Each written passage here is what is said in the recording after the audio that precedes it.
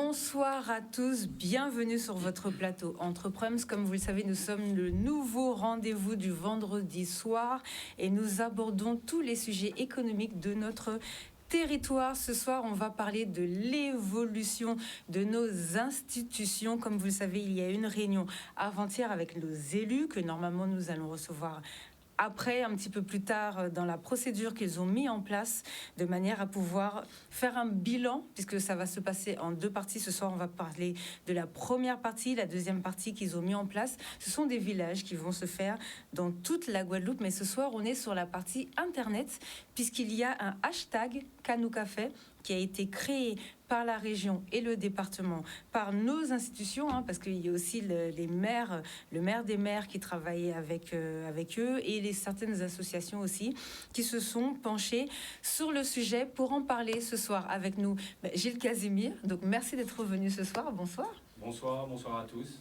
Merci pour l'invitation. Avec plaisir. Monsieur Raphaël Lapin, bonne année. On ne s'est pas encore vu, nous. Tout à fait. Bonne année, Sabine. Bonne année à tous. Bonne année aux téléspectateurs de Canal 10. Et bonsoir. Bonsoir. Et monsieur Mac Parot, bonsoir. Bonsoir. Bonne année aussi à tous les téléspectateurs de Canal 10. Alors, c'est vrai que c'est la première fois qu'on vous reçoit. Est-ce que vous pouvez vous présenter, s'il vous plaît, pour les gens qui ne vous connaissent pas encore? Donc, je suis Mac Parot. Je fais partie des militants de l'ANG. Et je suis maquet aussi de l'ANG. Donc, un des représentants, un des porte-parole de l'ANG. J'ai été actif au niveau du Centre des Arts, aussi pendant toute la campagne, mais plus en off. D'accord, c'est parfait. Alors, on va afficher déjà le visuel du site internet qui a été mis en place par la région. Comme vous le savez, vendredi, il y a une grande conférence. D'ailleurs, toute la presse est appelée, quels que soient les modèles de presse, à venir couvrir cet événement. C'est le grand forum citoyen. Donc, le hashtag, comme je vous ai dit, Canoukafé.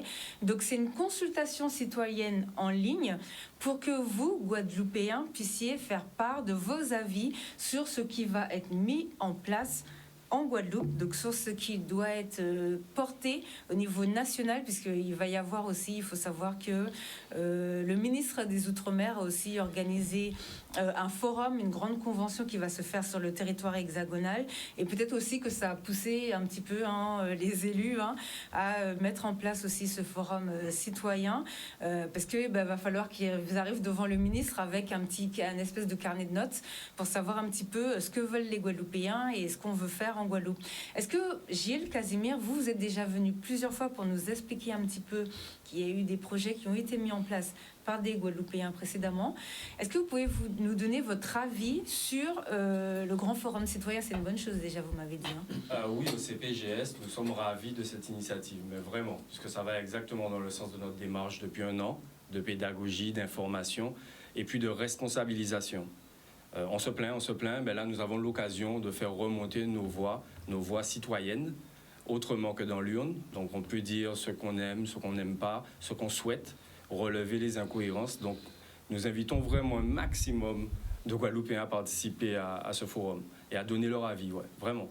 Tout à l'heure, on va vous montrer le site internet, mais n'hésitez pas, on ouvrira la ligne en deuxième partie de soirée, mais n'hésitez pas, vous allez dessus et vous cliquez sur le lien, ça s'appelle forumcitoyenguadeloupe.fr, c'est tout simple, et là, comme ça, vous allez pouvoir vous renseigner tout ce que vous voulez comme information. Monsieur Lapin, vous aviez déjà, alors moi je voulais avoir aussi votre point de vue, parce que vous avez carrément fait un livre sur l'autonomie. Alors, est-ce que vous pouvez nous donner votre avis sur ce forum, puisque c'est une première avancée, même si on ne parle pas encore d'autonomie, mais peut-être qu'on va y arriver. Là, pour l'instant, on parle juste de ce qu'il faudrait mettre en place sur notre département. Est-ce que vous pouvez nous donner votre avis ? Alors, déjà, merci de nous donner la parole sur ce sujet-là, qui est un sujet ô combien important pour nos compatriotes. Pourquoi ? Parce qu'il s'inscrit, et ce n'est pas le seul qui est posé dans le cadre de cette consultation citoyenne, il s'inscrit comme étant à la croisée des chemins entre une multitude d'interrogations qui sont posées. Et dans le cadre de cette consultation, on en a parlé tout à l'heure, en réalité, il y a un certain nombre de thématiques qui vont être abordées, qui sont des thématiques qui intéressent le quotidien de nos compatriotes. Et l'évolution institutionnelle apparaît comme l'une de ces thématiques-là. Alors, évidemment, maintenant, on est dans une grand-messe dans une grand-messe où les élus se sont réunis en commission ad hoc, dans le prolongement d'une commande qui avait été faite par le ministre fin d'année dernière, je crois, et où ils vont devoir aborder un certain nombre de thématiques. Toutes ces thématiques-là, au nombre desquelles figure l'évolution institutionnelle, ils ont décidé, les élus, ensemble, manifestement d'une voix commune, puisqu'on les a vus s'exprimer les uns à la suite des autres, tous bords confondus sur le sujet, eh bien ils ont décidé de soumettre les questions en cause à la population. Évidemment, à chaque fois que les élus font œuvre de démocratie directe, ça veut dire que il y a un quai agir au moment là pour savoir qu'à peuple en tripaille, eh bien nécessairement on est obligé de s'en réjouir. Sauf que je vais quand même mettre un bémol. Pourquoi ? Parce que c'est pas la première consultation citoyenne à laquelle nos compatriotes vont devoir répondre. En 2017, avant toute forme d'action, le gouvernement qui a été mis en place par le président Macron a organisé, là encore, une grand-messe qui était les Assises des Outre-mer, qui a abouti à ce fabuleux livre bleu dont aujourd'hui on ne sait pas ce qui a été fait. À la suite des événements de 2009, il y a eu évidemment les États généraux des Outre-mer, et là encore, Nicolas Sarkozy avait organisé une grand-messe pour écouter ce que le peuple avait à dire. Donc moi, ce que je souhaite, évidemment, encore une fois, on ne peut que se réjouir quand le peuple a la parole. Mais moi, ce que je souhaite et ce que j'appelle de mes voeux, c'est qu'on ne soit pas, une fois de plus, dans une opération de communication. Oui. Une opération de communication qui n'aurait vocation, en définitive, qu'à faire précisément ce qui est déjà prévu, ce qui est déjà écrit, et que le peuple n'ait pas réellement sa place dans le débat. Moi, c'est... À la limite, si je devais faire une interpellation à nos élus, c'est surtout ne pas se jouer du peuple. Ne pas se jouer du peuple, et je vais m'en arrêter là, parce que je tiens à rappeler que ça fait désormais 1 an et quelques mois que la Guadeloupe a connu, une fois de plus, un épisode dramatique qui a abouti à ce que des maisons de nos compatriotes brûlent, qui a abouti évidemment à ce que notre jeunesse se mette dans la rue, à ce que notre jeunesse crie son désespoir. Et à ce moment-là, encore, on a fait des réunions, on a donné la parole à la jeunesse, on a dit qu'on allait faire des choses, et je n'ai pas le sentiment aujourd'hui que des choses ont bougé structurellement. De sorte que mon propos va se résumer essentiellement sur ce sujet-là, à interpeller sur les perspectives de progrès concrets, et surtout sur l'écoute réelle de nos élus à l'égard de la population. D'accord, merci beaucoup. Là, je suppose que vous savez que la Constitution va être révisée. Donc là, on arrive un petit peu à une date butoir. Là, on ne peut plus se planter, on ne peut plus faire encore des conventions. Quel est votre point de vue au niveau de l'ANG sur ça ? C'est vrai que nous rejoignons assez M. Raphaël Lapin. C'est vrai que quand on regarde l'appel de Fort-de-France, c'est vrai qu'il y avait un certain espoir qui pouvait ressortir de là, mais je pense qu'ici, tout le monde a vu sur ce plateau les auditions au Sénat, qui étaient... On va voir tout à l'heure en plus, oui. Qui était un genre de douche froide, même si je ne sais pas si on devait réellement s'attendre à grand-chose de tout ça, mais c'est vrai que quand on voit pour nous, on a l'impression limite que ce sont des gesticulations, et qu'on va aboutir, ces gesticulations, à la fin, on va aboutir en fait à une souris, à pas grand-chose. Et une opération de communication d'envergure pour la Guadeloupe qui a été commandée, alors que si on repart plus de 20 ans en arrière, et qu'on repart,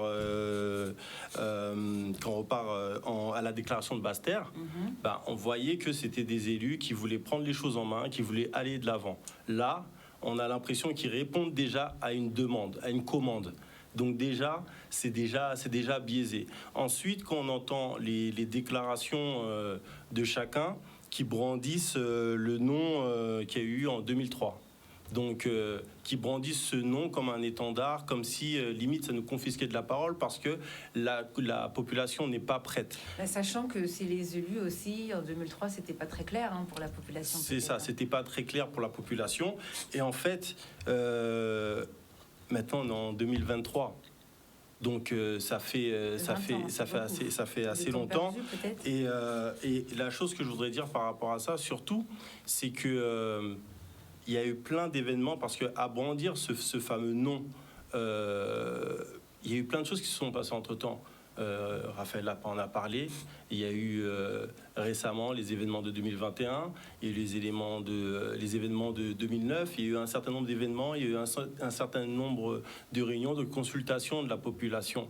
Donc, véritablement, on a l'impression qu'on est encore en même temps, alors qu'on est en 2023. Et pour rappeler l'une des déclarations qui avait eu au Congrès, le dernier congrès qui s'était déroulé en Guadeloupe, c'était de demander au gouvernement de réviser la Constitution afin de doter la Guadeloupe d'une loi organique pour tenir compte de sa situation spécifique et singulière, tant au niveau de la responsabilité politique dans l'exercice des compétences que de l'organisation administrative et territoriale, notamment dans les domaines de la politique publique, de l'emploi, du développement économique et humain, de la fiscalité, de l'urbanisme et de l'environnement. Donc normalement, par rapport à ce qui s'est passé à cette époque, on ne devrait pas juste consulter la population, on devrait avoir une feuille de route. Comme la Martinique, par exemple. C'est-à-dire que la population devrait se retrouver face à une feuille de route et avoir la vision. Aujourd'hui, on est en train de parler de quelque chose, mais qui connaît réellement la vision des deux entités en tête de la Guadeloupe? Si on regarde là, quelle est la vision de Guy Losbar, quelle est la vision de M. Chalus? On n'a pas cette vision-là. Et ce sont des personnes, quand on regarde tous nos politiques, il y a quand même des anciens députés, des députés, différents élus, des personnes en tête des collectivités. Depuis tout ce temps-là, toutes ces personnes, c'est maintenant qu'ils s'installent, qui se mettent par binôme et qui sont en train de travailler à un projet. Non, qu'on travaille à un projet, pour moi, normalement, ça fait longtemps qu'il devrait avoir un projet, une vision très claire. Parce qu'en fait, comment vous voulez que les Guadeloupéens décident et disent oui, on veut y aller? C'est flou. Ils vont venir, on leur dit venez, on va travailler sur ça, mais ils travaillent concrètement sur quoi? D'accord, donc pour l'instant, on ne sait pas, ça piétine, ça radote un petit peu, donc c'est un petit peu compliqué. Est-ce que vous voulez rajouter quelque chose par rapport à ça? Oui, tout à fait. En fait, pour être direct, les élus, leur démarche, leur stratégie, ça ne nous intéresse pas. On veut avancer. Ouais. Les intervenants juste avant moi ont bien expliqué tout ce qui s'est passé avant. On ne va pas refaire l'histoire. Les consultations, il y en a eu 50 millions. Et tous les résultats, toutes les résolutions des derniers congrès, les états généraux, les assises de l'outre-mer, les livres de toutes les couleurs ont toujours donné le même résultat. Et c'est vrai, ça fait 20 ans que ce projet aurait déjà dû être fait. D'ailleurs, il y en a eu plusieurs qui ont été faits. On est en phase. Maintenant, il ne faut pas rester sur la Guadeloupe. Il faut regarder ce qui est en train de se passer et c'est beaucoup plus grand que la Guadeloupe. Parce que la Martinique, par exemple, si je reviens sur leur exemple, c'est parce que là, en l'espace de quelques mois, ils ont beaucoup travaillé sur ça, sur tout ce qui est évolution que la Martinique, mais en fait, hein. tous les territoires. En fait, nous sommes contents parce qu'enfin, ils commencent. Pourquoi ils commencent? Parce que la France est en train de renégocier ses relations avec tous les Outre-mer. Pas avec la Guadeloupe, avec tous les Outre-mer. Donc, ils avaient très bien le choix de faire un congrès, pondre leur truc et l'envoyer. Et ils se sont dit, parce qu'ils regardent aussi ce qui se passe ailleurs, donc ils font comme ailleurs, ils demandent l'avis de la population. Donc pour nous, c'est une occasion, Guadeloupéens, de dire ce que nous voulons. Après, ils ne pourront pas faire autrement, puisque nous devons, et d'ailleurs au CPGS, nous allons contribuer. Nous avons une grosse contribution à faire. Oui. Et une contribution importante. Le meilleur moyen d'attendre quelque chose de vos élus, c'est de leur demander du résultat. Ce qui consiste à dire, vous aurez dû le faire avant, on est d'accord, mais ça ne répond pas à notre problématique. Actuellement, tous les territoires d'outre-mer sont en train de créer leur contenu pour définir concrètement quels outils ils ont besoin dans leur boîte à outils. Donc si nous ne disons rien, et je parle de la population entière, de tous les Guadeloupéens, si nous ne disons rien, rien ne va se faire. Par contre, si nous disons des choses et que nous voyons que rien n'est pris en compte, là, nous aurons matière à revenir vers eux. Attention, notre propos n'est pas de dire que ça aurait dû être déjà fait. Notre propos, c'est précisément de dire on est content que le schmilblick avance, si tant est qu'il avance. Mais c'est vraiment d'avoir le rôle de vigie, c'est d'être véatif, comme on dit en créole, c'est d'être véatif parce que nous Yoja prend nous si ça, nous qu'à contribuer, nous qu'à des ordinateurs nous qu'à marquer des bitins et puis finalement qu'à fait. Voilà, et c'est là-dessus où je veux véritablement être qu'on soit en phase. Je veux qu'on soit en phase aussi sur le fait que en réalité la feuille de route, elle existe à demi-mot. même si les choses ne sont pas affirmées, même si elles ne sont pas clarifiées. Et c'est là où le risque est grand pour le peuple de ne pas y voir clair. Et c'est là que le risque est grand pour les élus, une fois de plus, de ne pas arriver au bout. Et au final, que le pays n'avance pas. C'est précisément sur l'absence de clarté sur la feuille de route. Ce qui est en train de se passer dans notre pays, c'est qu'effectivement, il y a une consultation qui a été annoncée du peuple. Il y a une commission ad hoc qui a été créée. Derrière cette consultation, il y aura un travail qui va être réalisé par les élus en petites commissions sur les différentes thématiques. Une fois que ce travail-là aura été effectué, effectivement, ils ont annoncé qu'il va y avoir ces espèces de petits villages itinérants. Et c'est bien. Et c'est bien parce qu'il faut aller au contact de la population. C'est pas un truc qui va se faire entre des universitaires, entre des conseillers d'État, entre des personnes qui ne connaissent rien au cœur battant de la Guadeloupe. C'est un truc qui va se faire avec les Guadeloupéens et les Guadeloupéennes. Donc, c'est important d'aller au contact de la population, mais après, ce qui va se passer, c'est que les élus sont censés récupérer toutes ces informations-là dans la perspective du CIOM qui aura lieu en début d'année 2024, c'est-à-dire du comité interministériel Outre-mer, où il y aura en principe tous les ministères qui seront réunis, et présenter a priori le projet des Guadeloupéens et des Guadeloupéennes. C'est ça, normalement, qui est censé être la suite logique. Et effectivement, vous en avez parlé, Sabine, rien ne se fera sans des éléments qui sont des éléments institutionnels, c'est-à-dire à la fois le fait de passer par une consultation populaire, parce que telle que la Constitution est écrite aujourd'hui, rien ne peut se faire en réalité sans passer par le peuple. Telle que la Constitution française est écrite aujourd'hui, telle que les articles 73 et 74 sont écrits aujourd'hui, il faut en passer par le peuple et il faut que le peuple valide si jamais on est sur la base d'une évolution institutionnelle. Et après, effectivement, si le choix qui est fait, c'est un choix, comme j'entends certains, qui est de modifier la Constitution a priori sans pour autant aller devant le peuple pour réformer ce qui serait l'article 73 et 74 et nous mettre dans un statut de facto qui serait différent sans pour autant aller au fond des choses. Je ne sais pas si c'est la meilleure des choses parce qu'au final, on aura consulté la population pour ne pas lui donner la parole in fine sur son avenir. Sachant que là, c'est l'évolution institutionnelle, puisque c'est ce qui a été présenté. C'est-à-dire que la réunion s'appelle l'évolution de nos institutions. Mais les élus n'ont pas encore parlé d'autonomie non plus. C'est-à-dire que nous sommes déjà en avance, comme on dit, sur notre temps. Mais là, c'est juste un bilan pour savoir la situation au niveau de la Guadeloupe. Donc il y a plusieurs blocs qui ont été annoncés. On va en parler tout à l'heure. Vous vouliez rajouter quelque chose? Non, mais c'est vrai que j'ai l'impression au niveau du débat entre le statutaire et l'institutionnel, et effectivement, en fait, on parle même pas de la même chose avec nos élus. Moi, j'aurais voulu ajouter quelque chose, c'est que, en fait, par rapport à ces réunions ad hoc, ça aurait été bien que d'autres forces politiques soient ajoutées, que limite toutes les forces politiques soient ajoutées. Parce que ça, la démocratie, c'est aussi ça. C'est aussi le contrôle, c'est aussi le fait de partager avec toutes les forces politiques qui sont en place. Et avoir un travail comme travailler ensemble, parce qu'on est toujours là à faire des vidéos de communication pour dire nous ensemble, nous plus forts, etc. etc. Et ben, ces commissions-là, pour moi, elles auraient dû être faites ensemble. Pourquoi? Parce que lorsqu'on est dans le non-non, on est à l'intérieur de la commission, on peut interagir directement. On peut dire non, on peut donner des orientations, on peut proposer. Là, le fait de consulter la population après avoir fait un travail et ensuite de revenir et de fournir quelque chose, ben, en fait, les forces politiques qui sont là en Guadeloupe, en fait, quels mots elles ont à dire par rapport à ça? Pour l'instant, on ne sait pas. D'accord, donc c'est la manière dont ça a été fait. Pour l'instant, c'est vrai que ce sont les élus et leurs opposants politiques qui siègent avec eux. Alors moi déjà, je voudrais commencer par vous montrer une première vidéo et vous faire interagir dessus.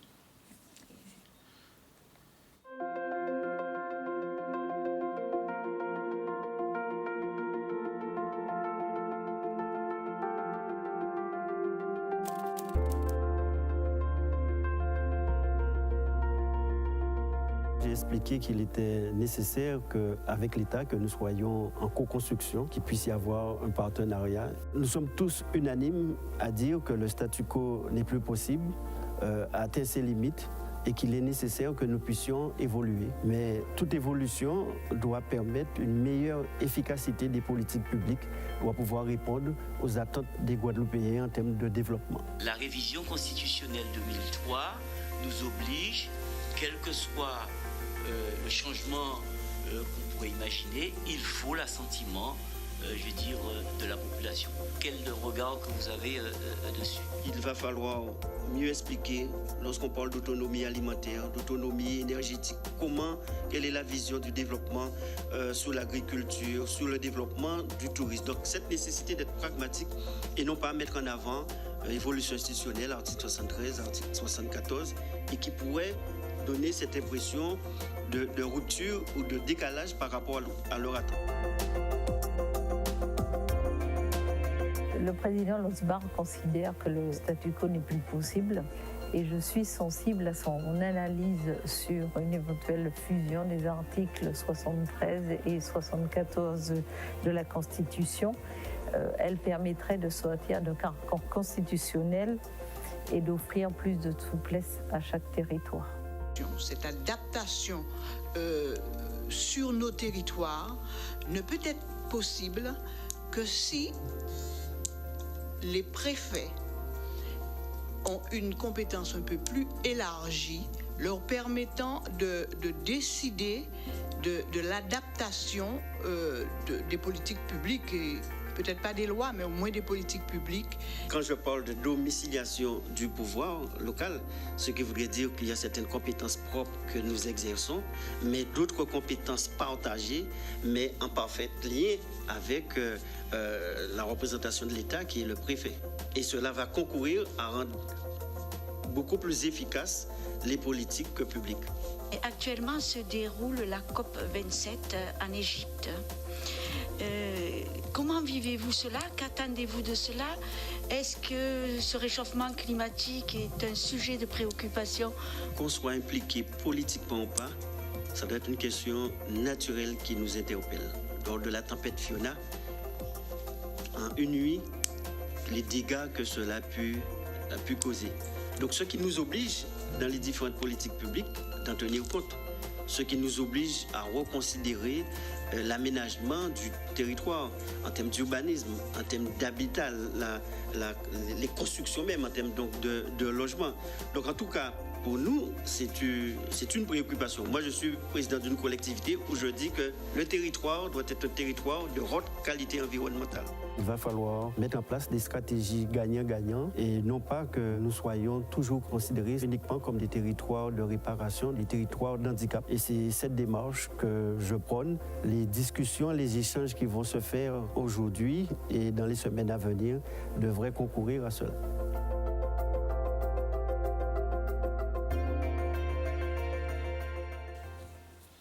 Voilà, alors ça, je précise que c'est la vidéo qui est sur le site internet qui a été lancée par la région et le département. Donc le hashtag Canoukafé, le grand forum citoyen. Donc est-ce que vous avez un mot sur la vidéo qu'on vient de voir? Qu'est-ce que vous en pensez? Déjà, si je peux me permettre, félicitations à la rédaction de Télé Département, puisque je trouve que c'est une vidéo qui est très bien léchée. On voit que le service communication est tout à fait à la hauteur. Mais indépendamment de ça, sur le fond, ce qu'il y a d'intéressant, c'est que, enfin, effectivement, on a le sentiment qu'il y a cette volonté politique. Et là-dessus, je rejoins Gilles Casimir qui dit ça, qui explique ça. Sauf que, attention, le diable se cache dans les détails. Évidemment, il va falloir que chacun donne son avis. On a réagi sur une réaction d'une sénatrice qui, dans le cadre de cette vidéo, disait qu'en réalité, ce qu'il faudrait, c'est donner plus de pouvoir au préfet. Oui, quand j'ai entendu ça, je me suis dit wow.